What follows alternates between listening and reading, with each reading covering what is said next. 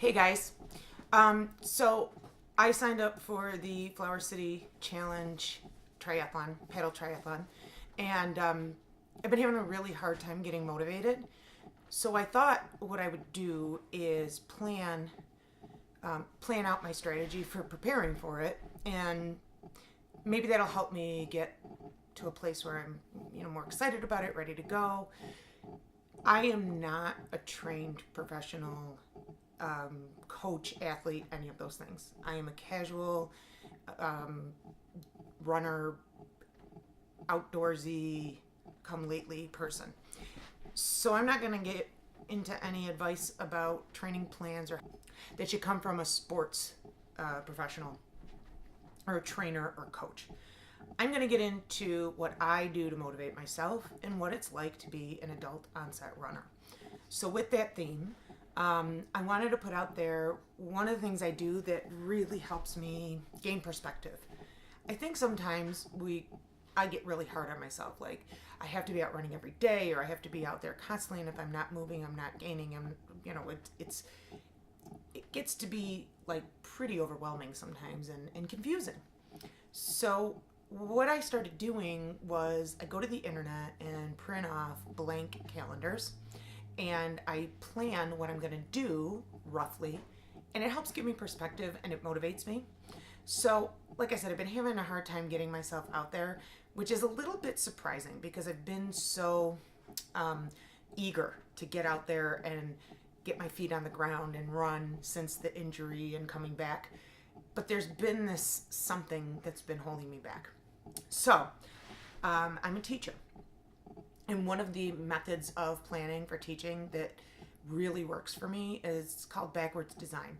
And basically, what that is you start with where you want to end up and work backwards. So, I've been doing that with running and planning running and physical fitness and stuff for a couple of years now, and it works really well for me. So, I thought I'd give that a try. It basically works with any plan that you have or that you come up with for yourself. So I'm just going to tell you how I do it. And so I go to the internet and I find the print your own calendars PDFs. This comes from a website called timeanddate.com. They're really, really good because you can customize them, put the holidays that you want to put in there. You can put the format that you want, if you want it to be monthly, weekly, daily, what you want the slots to look like, in terms of the time. If you do a daily, include weekends, don't include weekend. They're really great. And so I went to this site, and I want to give them a little plug here because I use them all the time. And I go there and print off the monthly calendars like this one that's Sunday to Saturday. It has the holidays in it. And I've printed the whole year, but I'm not going to need the whole year because I'm just going to use this to go to the Flower City Triathlon weekend. So, first and foremost, with backwards design or planning from the end, is I go to the day of the event. Now, I want to tell you right now, before I even write anything on here, that I need to feel like 12 weeks is an average plan in my mind. And I feel like if I have more than 12 weeks, I'll feel okay. Like I'll feel like I'm in the right place. So before I go to the date of the event, today is the 20th of January. And that keeps me accountable for editing this and getting it out there quicker. And the event, April 29th. So I have already been writing in this over and over again. I suggest writing in pencil because this is a living document, so to speak, and it gets changed all the time. So here we are on the 29th of April. This is event day. So that is not the day that is my target, though, because I personally, and again, this is not a professional standpoint, and if the professionals say this is a way to do it, then cool. But what I do is I look at my target date being 2 weeks before when I'm going to do taper. So if the 29th is the event, Then taper for me is going to start, the 15th will be my last long, probably brick or something. So this is ready day.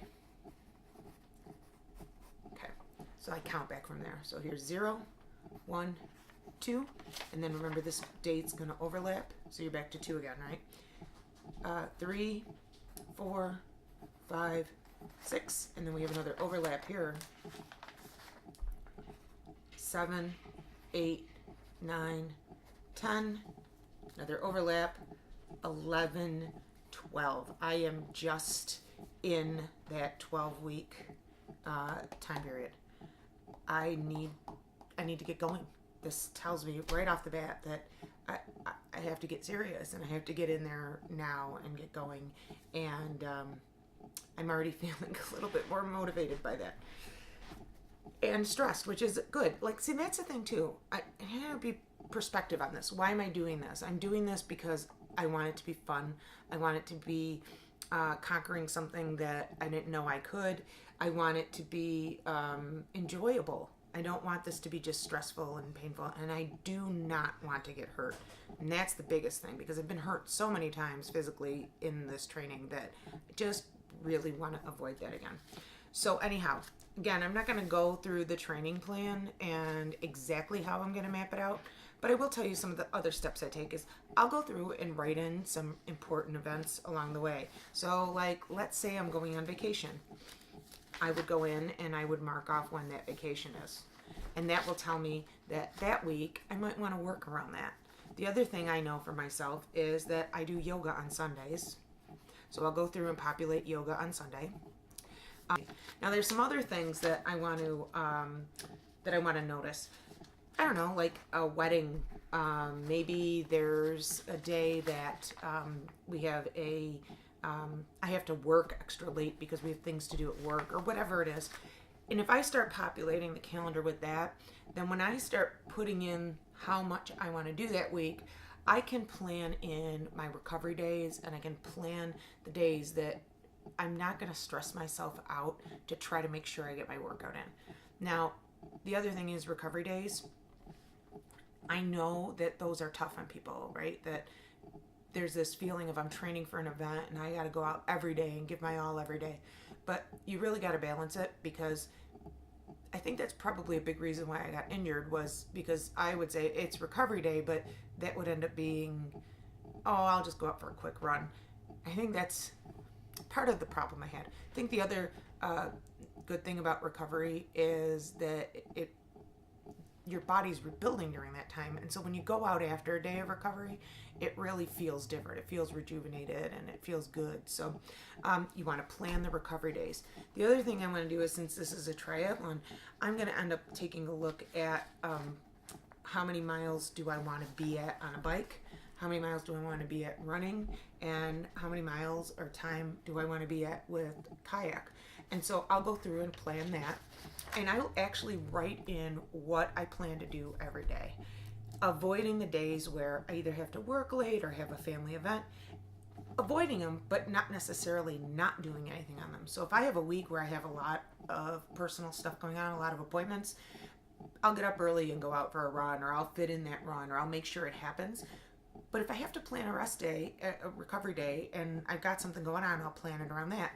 Yoga, I like that to be an active recovery day, because I really don't, I really like to let my body have that yoga time, that connection with how I move and stretch, and it really just is, it's really me time for that special yoga class. I like to do my long runs, my long bikes on Saturday. It's just the perfect day for that. And so I kind of reserve that just for yoga.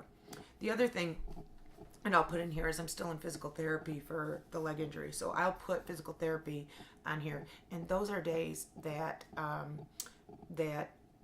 that's my training that day, because it's very active physical therapy. The other thing I'll put in here is days that I have things like allergy shots, where I'm not supposed to do any strenuous activities for, I think it's like 3 hours after or something. I put that in there just so that I can plan around it. So I'm going to finish populating this. You want to make sure you have a good eraser on the end of your pencil because you will be taking things out and putting things in. And you want to be reasonable with yourself and gentle on yourself. So I'm going to get to this.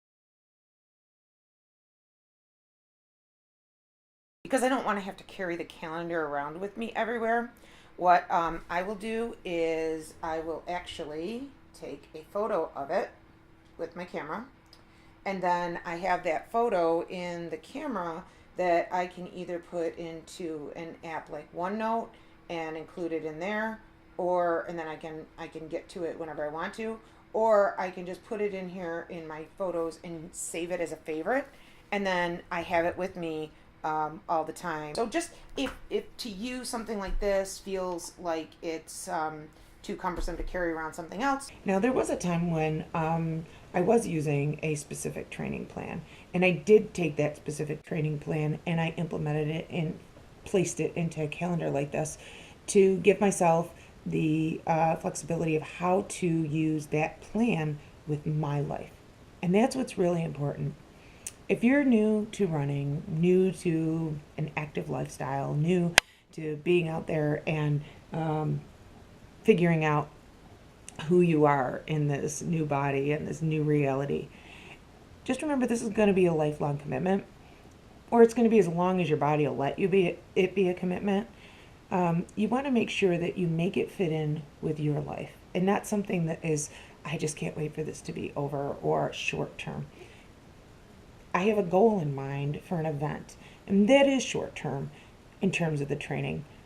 But the way of life, the incorporating it into what I do, that stuff is not short term. This is going to become a journey. I hope for you the way it has been for me, to rediscovering the limits that you can push yourself to, and that you don't have to look like the person who you see on the documentaries and on TV at sporting events, to be able to go out and enjoy life and enjoy your body in motion and enjoy tackling new obstacles. Make it work for you. I'm going to go make this work for me.